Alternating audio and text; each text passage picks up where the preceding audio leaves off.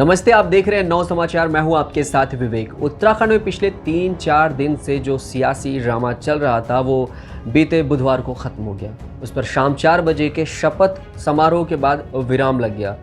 Pauri Garhwal Lok Sabha seat से सांसद और आरएसएस के प्रचारक रहे तीरथ सिंह रावत इस पद की शपथ लेने वाले 9वें नेता बन गए हैं। अब तक भाजपा के 6 और कांग्रेस के 3 नेता इस पद की शपथ ले चुके हैं। कांग्रेस के हरीश रावत ने तो 3 साल के अंदर ही 3 बार इस पद की शपथ ली थी। पहली बार 2 साल 1 महीने 25 दिन, तो दूसरी बार 1 दिन के लिए सीएम बने थे। तीसरी और आखिरी बार 10 महीने 5 दिन के लिए इस पद पर रहे।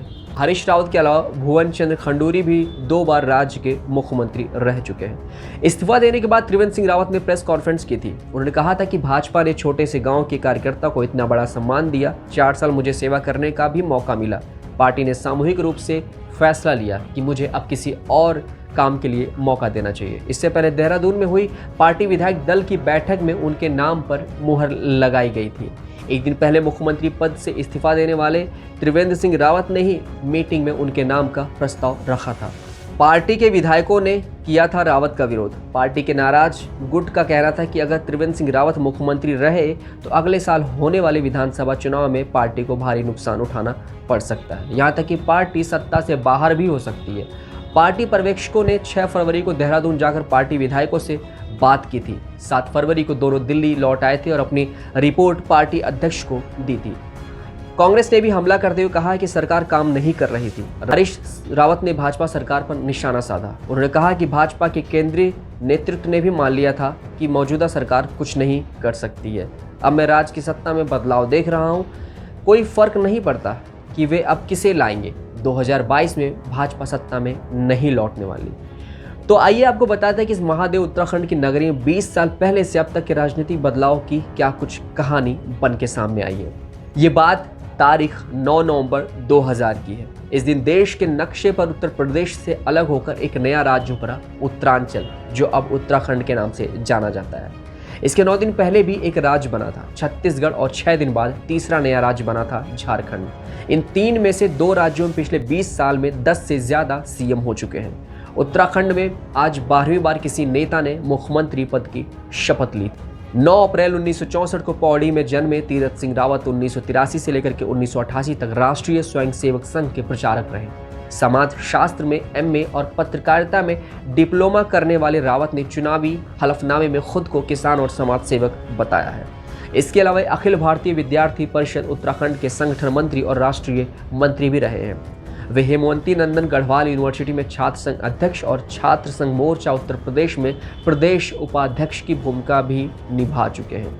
उत्तर प्रदेश भारतीय जनता युवा मोर्चा के उपाध्यक्ष रहने के साथ रावत को राजनीति में पहला बड़ा ब्रेक तब मिला जब 1997 में पार्टी ने उन्हें प्रदेश विधान परिषद का सदस्य बनाया था।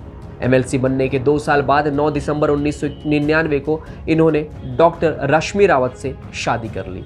रश्मि पेशे से टीचर है। 2000 में जब उत्तराखंड नया राज्य बना तो नित्यानंद स्वामी सरकार में शिक्षा मंत्री भी बनाए गए।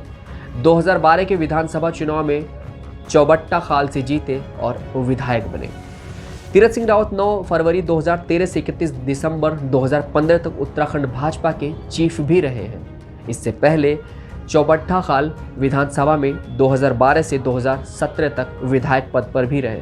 वर्तमान में वह भाजपा के नेशनल सेक्रेटरी हैं और इससे पहले वे उत्तर प्रदेश भारतीय जनता युवा मोर्चा के उपाध्यक्ष भी रहे हैं। 1997 में यूपी से विधायक भी रह चुके हैं और साथ ही साथ उत्तराखंड के पहले शिक्षा मंत्री भी बनने का दर्जा इनको हासिल हुआ है।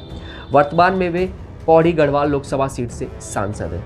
2019 के लोकसभा चुनाव में रावत गढ़वाल सीट से जीतकर पहली बार सांसद बने थे। जब से सांसद बने हैं तब से अब तक एक भी दिन ऐसा नहीं रहा है जब वो सदन की कार्रवाई में शामिल ना हुए हो।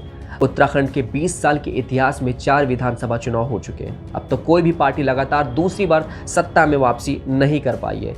तीरथ सिंह रावत पर अगले साल होने वाले विधानसभा चुनाव में भाजपा को सत्ता में वापसी कराने की बड़ी जिम्मेदारी होगी। क्या भाजपा 2022 के विधानसभा चुनाव में सच में कुछ अलग करके दिखा पाएगी या सच में भाजपा अपनी इस सीट को बचा के रख पाएगी?